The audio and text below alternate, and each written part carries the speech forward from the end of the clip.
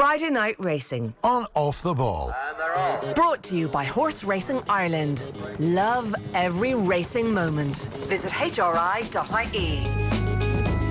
Welcome along to Friday Night Racing on Off the Ball, brought to you by Horse Racing Ireland. Love every racing moment. Visit HRI.ie or follow the new Twitter account at HRI Racing, hashtag every racing moment. Today I am joined by Thom Bugsy Malone. How are you, Johnny? You well? Have you gotten over the seismic election results of last night? Well, I'm still processing it. I'm just looking at lots of good animal content on social media to try and distract me from what's going on next door. I would love to be a 19-year-old jockey who probably could care about this less than many things. A jockey by the name of Darragh. Darragh, you're in Cheltenham, but what's your take on the election? Have you been following it? God. Have you been following it deeply? The result of Brexit and so, or the result of the election and Boris Johnson getting elected? No, well, I've been keeping an eye on it, all right, but I haven't really been thinking about it that much or anything like that. But I have been keeping a close eye on it, all right. Thom, he lives in very interesting times. To cut this political debate short. Very much so. Yeah. I don't know. Well, as you said, a lot of people would like to be Darragh O'Keefe right now, though. Darragh O'Keefe won the Emerging Talent Award at the HRI Awards the other night, in which he beat Joey Sheridan. He beat Peter Flood, Joey Sheridan and Andrew Slattery. I didn't realise this though, Darragh. I was actually having a chat with Andrew's dad outside, and your family has actually had a key role in the development of Andrew Slattery. Yeah, Andrew, he started pony racing, and they were looking for a pony in that to come, so me and Dad used to always keep a few flappers for pony races, or flappers for ourselves, so Andrew, then I got to know him, and they bought a pony off us called Here Comes the Pain, and he got him going, and then I had a very good pony that I used to be riding the whole time, and Andrew got riding her, and he had plenty of winners on her, and I'm sure he learned loads off it, but no, me and Andrew go back a good bit, and we're great friends in that. Yeah, I think Here Comes the Pain actually turned out to be well named. Was that the case when he rode Here Comes the Pain for the first time? Yeah, he rode him the first time, and he was an older pony, and he'd loads done, so he'd kind of go around the tracks himself, you know. But then he kind of that was when he just kind of first started, and then I was kind of gone a bit heavier for my own pony, and he started riding her, and he had 20 winners on her. Thom, what can you say about this man, 2019? It's been absolutely incredible. I mean, Darragh, you're keeping yourself plenty busy as well. I mean, only one person has taken more rides than you this season, and you're second in the Jockeys Championship. It must feel pretty incredible. Yeah, it's unbelievable, to be honest, and I'm riding for loads of different trainers, and I have a great agent in Gary Tribbin who books my rides and that, and obviously I only work in Enders full time, you know, so I don't go anywhere else, and you know, I'm getting plenty of outside rides and things, so you know, it's unbelievable, and it's something that I never think that would happen, you know. You're from a pony racing background yourself. I mean, it's just the most incredible nursery of talent in the weigh room, isn't it? I mean, flat and jumps. Yeah, it is. I suppose, you learn, you know, pace, and you know, how to ride, and you're in a small little tight field, and you know, you're going around there, so you have to fight your own corner, and there's plenty of good lads like Jack Kennedy and all them lads were doing it when I was doing it, and Andrew now and Joey Sheridan and Shane Cross and all them lads, you know, they were all doing it when I was at it as well, and you know, it's just a great grounding for any young jockey.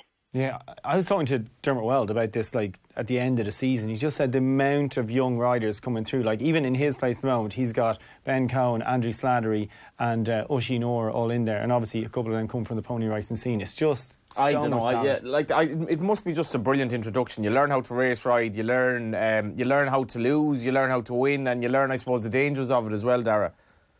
Yeah, I know, obviously, you have to learn how to race ride and that, and it's not easy to do that without doing pony racing. You know, there's only so much of learning that you can do it at home. So to get the chance to actually do the pony racing and that, and it is unbelievable, and you get to meet great people there, and you know, people that has helped you, and you'd make good friends as well, you know.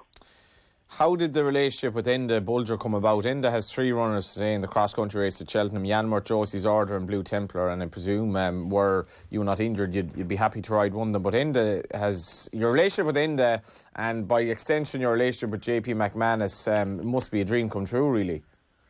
Yeah, like it's unbelievable. They've got me going, and like in fairness, Enda, he taught me loads, and like we were just, I kind of rode in the flat for a bit, but I was just never naturally light enough. I was kind of in between the weights, and it was only half an hour down the road from me at home, so I knew that like you go into some yards and you don't get the chance, to be schooling that much. Whereas when you go to Enda's, like the minute you go into the yard there, you're schooling every day. You're jumping mixture of jumps, and like when you're doing something wrong, he'll tell you. So that's what I wanted to learn, and you couldn't go to a better man. Just on that, actually, I was talking to Eddie O'Leary during the week. He was really extolling the cross-country race and the cross-country circuit. But in terms of Enda's schooling at the yard, does he school like sort of conventional hurdlers, conventional chasers over different obstacles to kind of keep them sweet, or is that just the cross-country horses?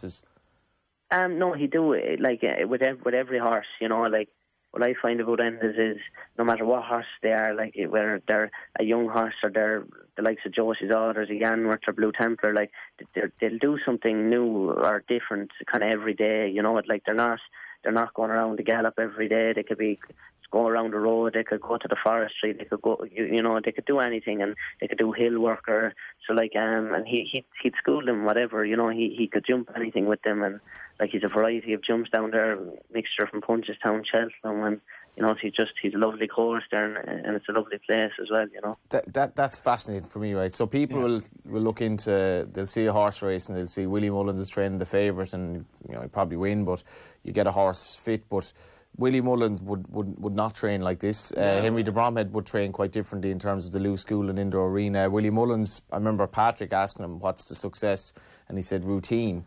And what Enda is obviously doing is you couldn't call it routine because it's anything but routine, and the horses seem to love it. Yeah, I suppose a horse like Yanworth is a classic example of a horse that would thrive in that environment. It's completely different. A lot of horses and yards, Darragh, that's just got to be totally different from what goes on. Like, I don't know, you've seen flat yards in particular, like they go out one gallop, they're out in they go out in the walker every day, then they do a little bit of work. Obviously it scales up and down as regards the level of exertion they'll have, and then to go back in and maybe a bit of time in the field, but this is real. And when he's underneath them, Darragh, you must almost feel day to day, geez, he's enjoying that. He's actually liking that more than what he did yesterday. He's a pep in his step today, so you'll probably get to know the horses as well.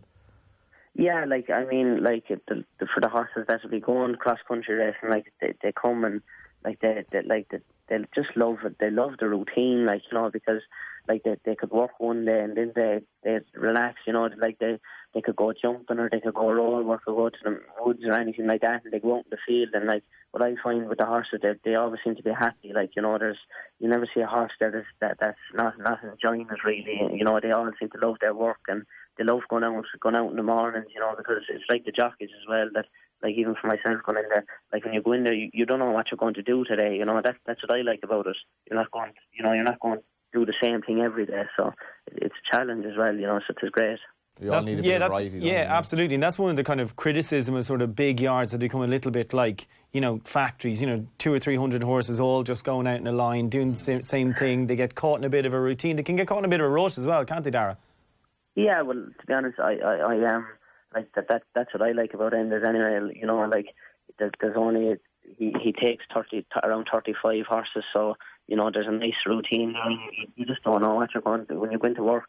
No matter if it's Monday, Tuesday, or whatever, you just don't know what's going to happen. Like you could go to the gallops, as I said, or you could go to the forestry, or you could just do loads of things. You could be schooling, and it's just a great place to work.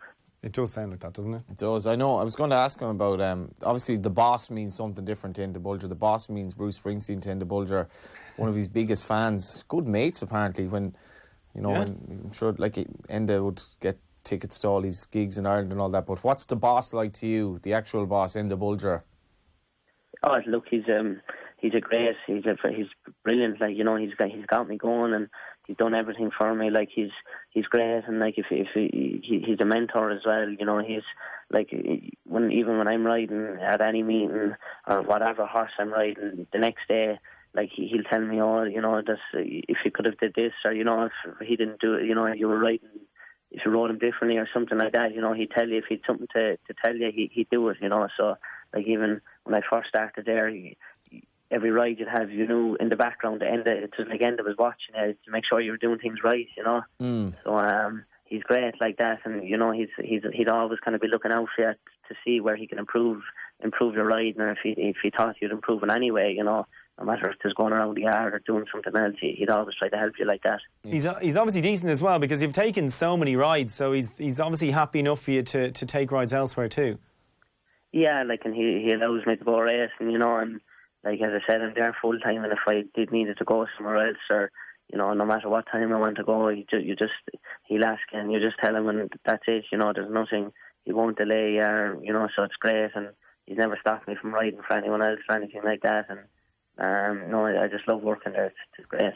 Can we get the photo back of him there, just with the award the other night, lads? We have another photo to show as well, but this one, where did you get that tie?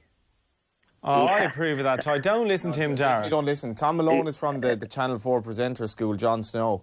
Where did you get it there, Darragh? I'm sure, and when did you discard it? I got it. I have it with a while. I got it a few months back in Barry's Menswear in Mallow. So, no, that's where I got it. Barry's, nothing wrong with Barry's Menswear in Mallow, but my issue is with his choice of tie and his sartorial prowess. For viewers on the radio, it is a sort of pink floral affair with a few blue and white. Yeah, he needs to work on the knot as well. But we've another photo. It's been a year of achievements and accolades for you, because we had the Emerging Talent Award. We also had this, right? So this was featured in Sports Files, Photos of the Year. An unbelievable snap of you coming off Kildare at the Fairyhouse Winter Festival. Now, this is not really a photo that Darragh would necessarily want to see, but I'm sure you have seen it, Darragh. And what I love about photos of horses and jockeys at a fence is the parallels of the angles. So, for example, the angle of Darragh's tie there relative to the horse himself, and the angle of the horse underneath. You're basically, everything's in symmetry. Although it probably didn't feel like symmetry at the time. You were holding on for dear life. Yeah, so, like, I suppose with anything, you kind of want to go with them, you know. So, yeah, like, it was just unfortunate the way it worked out. But thankfully, we were both okay, and so we lived to fight another day. You're injured at the moment, Darragh. What's your prognosis and return time? Yeah, I hope to see Mr. Kenny back in Blanchardstown on Tuesday. So hopefully I have a cast on at the minute, but I'm hoping to get that off Tuesday. And all being well, we might be back for the Thurles meeting next Saturday week today. So that's what we're aiming for anyway. Still has a cast on, but it's okay to be back at work in a week. They're just different, aren't they? Jockey's just different breed. 19, it heals quicker as well, Darragh. Yeah, well, hopefully, anyway, that's what I'm hoping for at the minute, anyway. I tell you one thing, your dad was very proud of you the other night. Yeah, look, I suppose everyone, like, there's a lot of people, I suppose, like, a lot of friends and that, like, it's like they are the great people that could follow me, you know, like, no matter where I'm going there, even, like, if I had 3 rides and them even were placed, they'd say, well done, you know, they are the great people who say support me from when I was playing J and that, and there's a lot of friends and family, you know, they get a great kick out of me winning and that, so, no, they were all very proud, so it was a great night. I bumped into him and Andy Slattery's dad of the same name, and the conversation got so serious they both went for a second cigarette, and that is a sign that they were getting proper deep. And do you know what was great, Darragh? They weren't, my son is better than yours, my son is great. They were actually talking about the other son, and listen, they have a long way to go, and kind of, I get the sense he's keeping you grounded. Yeah, so definitely, like, there's like, you have to in this game, you know, because you don't know what's around the corner, you know, so you just have to prepare for it. And, you know, like, no, they were great, and you know, as I said, like, loads of people support me, you know, no matter where I am or what I'm doing, from when I was playing J or that, they'd all still follow me for riding horses, so, you know, it was great, and no, they were all very happy the other night anyway. Hurling or football is your main passion? I used to love playing both, to be honest with you. I used to really get a great kick out of it, and, you know, it was great to keep fit and that. And obviously, then when I started working in Enders full time, I didn't have full commitment to it, so I kind of really stopped playing them. But I used to love playing both. You know, it was great to go down and meet the lads and have a puck around or a kick around. It was great, and I used to really enjoy that as well. Yeah, Bulger will be on to you now for the Hurling for Cancer next year then. Yeah, well, I was supposed to do it this year as well, but I got a fall the day before, so I was a bit sore, so I didn't bother. But hopefully, we'll be okay to do it next year. Where would you put yourself? You're picking the team now. Where are you going to put yourself? I'd probably sneak in somewhere corner forward there or something. Everyone says that. Well, he's not going to be centre. He's not going to be centre midfield. In fairness, midfielder with the. He could be more like one of the O'Connors, or wing forward or something. Nippy and kind of get away from your marker type job. Yeah, that's what you'll be hoping it is. I wouldn't think I'd have the height for centre forward or midfield, so I think I'd have to go on the wing or else the corner. Speaking of getting away from your marker, we'd go crack the other night there at the Awards when the lady going around the table, she kept coming back and asking Jim Bulger if he wanted his wine topped up. Right. Yeah, but she just couldn't get the hint. Okay, the pioneer pin didn't give it away. No, but Jim did it. Jim had it in great grace, and Jim had a good line. Now you didn't come through the yard, but as everyone went up to the table, he came through my yard. He came through my yard. He came through my yard. Oh, I ate no right. But he did have the good grace start today. In fairness to him, they all had the good sense to leave as well. Yeah. One of the greats for Irish racing. Come here, before you go, so the 3 horses today, Yamworth, Josie's Orders and Blue Templar, what's the expectation, do you think, from the horse's mouth? Well, I suppose like Yanworth is the classiest horse. Like he was good the last time Punchestown, and Punchestown will be more, there's a lot more banks in that there than Cheltenham, to be more hedges and that. But like I suppose he's a lot of ways. If he can do that, I think he'll take all the beating. And Josie's Orders, he was suffered from a colic, so he might need to run. And like Blue Templar, he's a nice ways. I'd say he could have an each way chance. But I think Yanworth, if everything goes his way, I think he'll be bang there. Thanks a million for that. We just got to congratulate you again to be joint second in the table with no less than Davy Russell. I'm sure he was something of an icon for you growing up as well. Yeah, it's unbelievable. There's Davy and Paul Town, and it's great to be 3 Cork lads top of the table there. Yeah, 3 of us are from Cork, so it's great, and keeping the county going. Some of us anyway, but it's great. As I said, it's a dream come true, and look, hopefully we can just get back now from the injury, and hopefully we can stay kicking on. Enjoy Cheltenham, and hopefully we'll see you soon back at the racetrack. Cheers, thanks very much, lads. Cheers. Good luck, Darragh. Good measured performance from the young man. He's top class.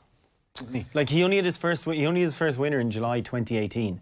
15 winners last year, and he's had 46 already this year. Only Sean Flanagan's had more rides as well. I mean, that's just the thing. To keep that busy when you're still a claimer and get that volume of rides, unbelievable. Is there any concern, Bugsy, that he's in danger of burnout to some extent at that age? 330, his claim is obviously rapidly on the way out. And when you have that many rides, he shouldn't be concerned about claims. You know what I mean? We're probably really at this stage looking for the next kind of young talent to really burst through the weigh room, and he's probably it. Obviously, it's kind of amazing that we kind of forget how young Jack Kennedy still is, but I mean, this kid's absolutely unbelievable. Even just the sheer volume of winners he's had. 46 winners in his second season. It's incredible. It's more winners than you've had. It's a lot more winners than I've had. How many rides have you had? 2? 1? Just one? Just the one. Just the one? Just the one. When you were soon tailed off the back of the field and the horse had a chance in the Never in race. contention. Never in contention. Thom is actually still looking to redeem his reputation. We'll have to go again. It didn't work out. He wants not to be disgraced the second time, but to be fair, at least you were there. It's easy to hurl from the ditch and say, oh, this or that, but at least you went through it and went through the disgrace of that performance. Yeah. No, it was it's still look. It's the thing about it was for me was just to actually be at the Punchestown Festival, like get a leg up in the parade ring there, and be part of that experience. Obviously, like it must be amazing. It's a brilliant feeling. So Friday night racing is brought to you by Horse Racing Ireland, and just to mention, we will have some tips, because this weekend in Ireland, Ferryhouse Stage, the competitive 7-race card, that is tomorrow and Saturday. On a Sunday, Navan hosts an absolute crack of a card. including the Grade 2 Navan Novice Hurdle. Have you looked at the bumper, the list of horses who won this race on Sunday? Yeah, it's absolutely off the It's charts. absolutely brilliant. You'd imagine Pencil Full of Lead might be favourite for it. Obviously, Gordon Elliott's horse, he won the bumper at Down Royal last time out, has since changed hands.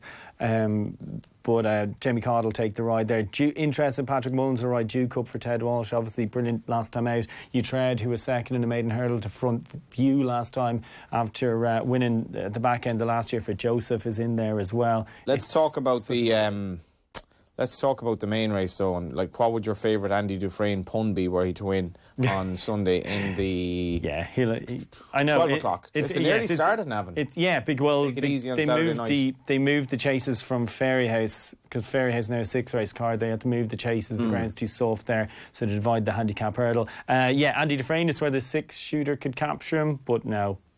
Andy Dufresne wins, doesn't he? Oh, I see. What you've done is you've tied in another rival in the race to the... Yeah. It's good to have a name like this because people will... anyone listen to the radio on Sunday, Andy Dufresne won the first Navan, you're like, oh, that's pretty cool. So it makes you think racing. But he does actually look really, really good. I wasn't convinced how good he'd be. You weren't the only one. He went off at nearly even money in Navan the first day. Yeah, I thought the Down Royal bumper wasn't necessarily great, but I loved his performance in Navan. Yeah, when he just kind of took control of the race, didn't he? He made pretty much every yard, and then he picked it up far out. And you look down the line, you'd think 2.5 miles is his minimum. Where he kind of ends up after this, you'd think he could be in line perhaps to look at that the Grade 1 at Naas after Christmas if he comes out of this. Okay. Yeah. That's 2 mile 5, won by the likes of Battle of Verdoyen. 2-4. So yeah, a stiff 2-4 as well. Similar track to Navan, obviously. So you think he could possibly come into contention for that. Envoy Allen's been talked about for that as well. I would imagine Envoy Allen runs at Christmas. Try to keep them apart. Yeah, you would think so. But look, Andy Dufresne's another exciting novice for Gordon Elliott, who obviously has Envoy Allen. Unfortunately, Malone rode out for the season. Abacadabra is a really exciting sort as well. Looks more of a 2 mile type. He has a brilliant crop of horses, does Gordon Elliott. The bumper has only been won by Don Cossack, Death Duty, Sam Crow and Envoy Allen, all trained by Gordon in the last... Yeah, and he's got Pencil Full of Lead, who is well talked about before his Down Royal run as well. He was in good form the other night, Gordon. Himself, Eddie O'Leary and Willie Mullins kind of arrived at the bar at the same time one time. Oh my goodness! Yeah, it was. But like they certainly still get on, or at least at the very least they kind of they chat away, and it was good crack, and it was a great night out. But you are surrounded by greatness, but they're all humble and very, very nonplussed about their success. Yeah, absolutely. And the notion that Jigginstown are just going to wind down anytime soon is not happening as well. I think they've won 4 or 5 of the last 6 bumpers around Ireland or something like that. Some really expensive purchases still to come out onto the track. The wind down will be very, very, very gradual. And obviously Brexit. they're not as visible on the track, Eddie and Michael, as they have been in the past, but I mean the horses are still there and they're still winning plenty of races. What'll take longer, Brexit from the initial vote happening compared to Michael O'Leary's exit from racing? Oh my goodness, it's 5 to 6 pick him, isn't it? It'll be Brexit. It'll take longer. There is good action at Cheltenham's international meeting, which we obviously mentioned, the Caspian Caviar Gold Cup. Tomorrow afternoon, Tote customers can ring in the new year at Punchdown at the Tote Sponsor Day on December 31st. See the Tote.com website for more details. What do you like at Cheltenham? Well, just a note on Riders of the Storm, because he was... Does it always make you want to listen to the Doors when... Yeah, absolutely. I mean, if it doesn't, there's something wrong with you. An entire Doors album because I couldn't get that song out of my head because of and so on and so forth. But he doesn't run. He actually doesn't run, but he was... When the next time he does run, don't worry, because he was favourite. He's 4-1 favourite, but he was taken out in error. So someone at the office of Nigel Twiston-Davies is going to get a bit of a slap on the wrist there, because he's registered as out with an infection, but actually it was just an administrative error, and it was supposed to be another horse's non-runner, and Riders and Storms are not going to run the Caspian Caviar Gold Cup. But it brings it down to a 15-runner handicap. Nightmare. I was just thinking about this. So some bookmakers will go extra places. If you're given the choice, would you go standard each way terms, quarter the odds, or take the extra place in the 50 odds? Yeah, there is a study done on this. I'm not sure it applies to every race the same, but I think you're better a 5-4, but I'm not certain of this. But I'd go 5-4 just because I can't be dealing with this if he finishes fourth. Yeah, I know. Anyway, my selection is Benatar, who was third in the RSA back in 2018. This only is actually his fifth run since. Gary Moore's always liked this horse a lot. Yeah.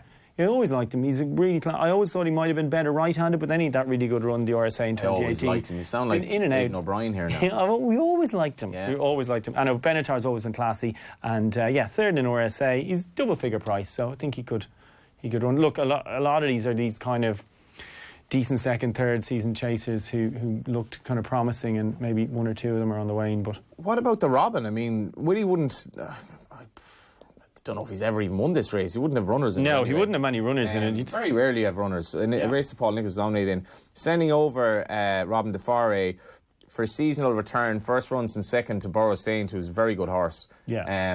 When he was only a 92 shot. Travelled really well up to the last. And I do quite like the angle of this horse dropping back in trip because he travelled, I know he says, but he travelled well that day. Yeah, but he travels strongly, and there's so many Willies. 11 stone 5, but we could be getting a price here, Bugsy. Could be getting a bit of a price on him. Would you concern you the way Cabaret Queen was so poor in the Ladbrokes Trophy a couple of weeks ago?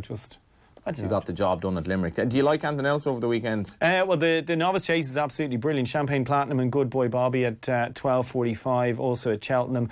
The opening race at Navan's a cracker. Black Bow and Size and Potsy go head to head in the maiden hurdle. Mm-hmm. Red Jack could be interesting in 2:35 at Navan. He's off a mark of 120. It was an absolutely brilliant bumper horse. I was third in a Royal Bond a few years ago.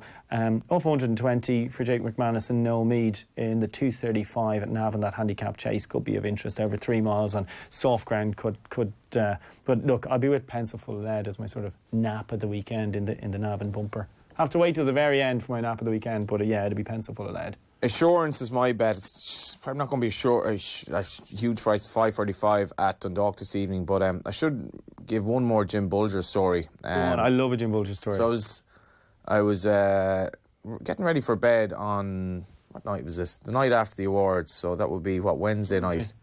And a text came through, I think it was like 10 to 11 on the WhatsApp, a WhatsApp message from Jim Bulger.